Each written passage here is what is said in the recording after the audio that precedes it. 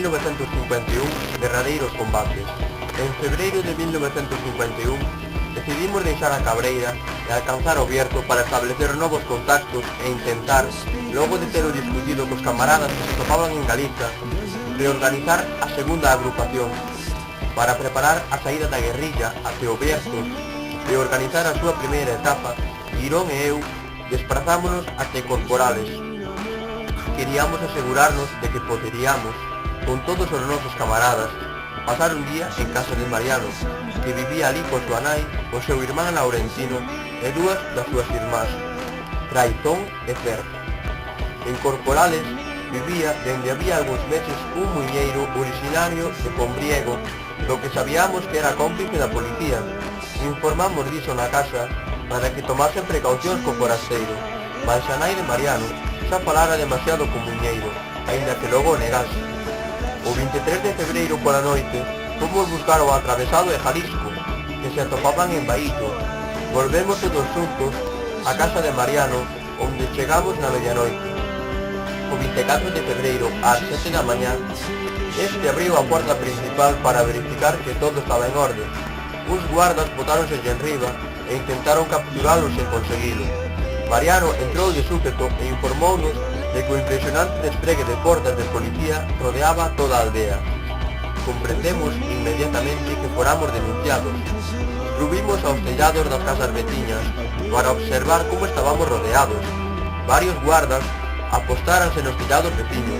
Estábamos collidos nunha ratoeira. O cuarto que ocupábamos só tiña unha saída que daba a un patio. Sen agardar, para beneficiarnos do efecto sorpresa, abrimos fogo. O pánico apoderouse dos asaltantes. Un deles caeu morto e os feridos comezaron a dar berros de dor. Girón sorprendeu por detrás a outro guarda que me tiña a tiro e impedíame sair de detrás dunha cheminea tras a que me protexía. Unha ráfaga de Girón fixo caer morto do tellado ao patio. Outros 3 guardas protegidos detrás das chemineas e duns balos de pedra tiraban en dirección á porta principal e impedíanos o paso.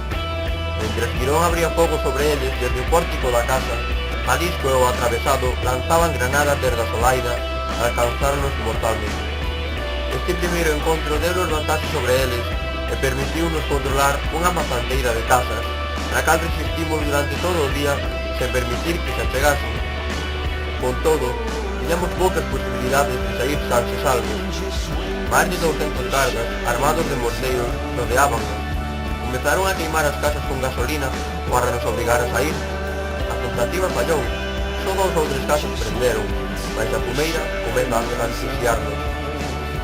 Cara ás 11 da mañá, preguntámonos sobre o que íamos facer fronte a unha ofensiva tal.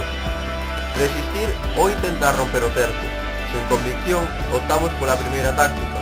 O máis simple era agardar e non pasar a ofensiva, senón cando fósemos atacados.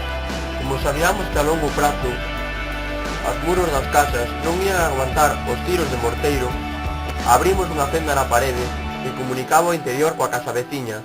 Despois repetimos a operación para alcanzar unha terceira casa, sen deixar de disparar desde a primeira casa para facer creer que seguíamos bloqueados ali.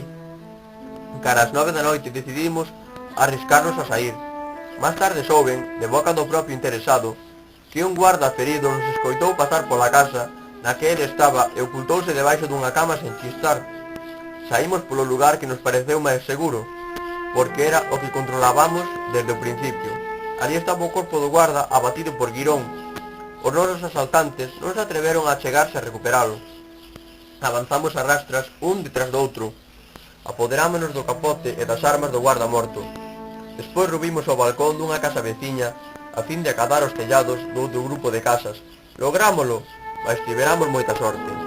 Unha vez rachado o cerco, desde o tellado no que estábamos escondidos, vimos pasar a unha patrulla de guardas que falaban bastante enérxicamente.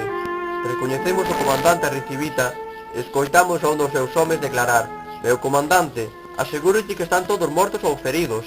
A mazá de casas está destruída e desde as 3 da tarde non ouvimos ningún só disparo procedente deste lado. Aparentemente estábamos fora de perigo». Ese non foi o caso da veciñanza. Ao día seguinte, cando descubriron que desapareceramos, os gardas, todos de carraxe, vincáronse nos veciños dos que levaron uns cantos ameazando os cos fusís. presos do nerviosismo, mataron a un pobre home que se obstinaba en salvar os seus animais da corte en Lapas. Apoderáronse de Laurentino, o irmán pequeno da casa.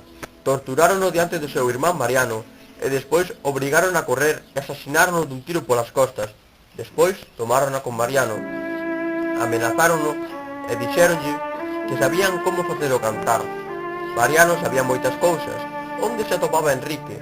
Onde se atopaban Alida e Manolo? Segundo os testemunhos da propia policía, Mariano levantou o puño nun xesto de desafío e gritou: «Antes morte que traizón!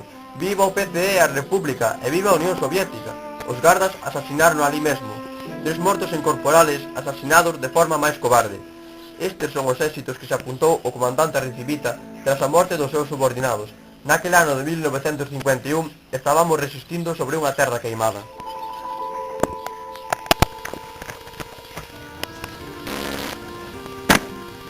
Para concluir, vaise ler o poema Longa noite de pedra de Celso Emilio Ferreiro, que reflicta a perfección a situación durante o franquismo.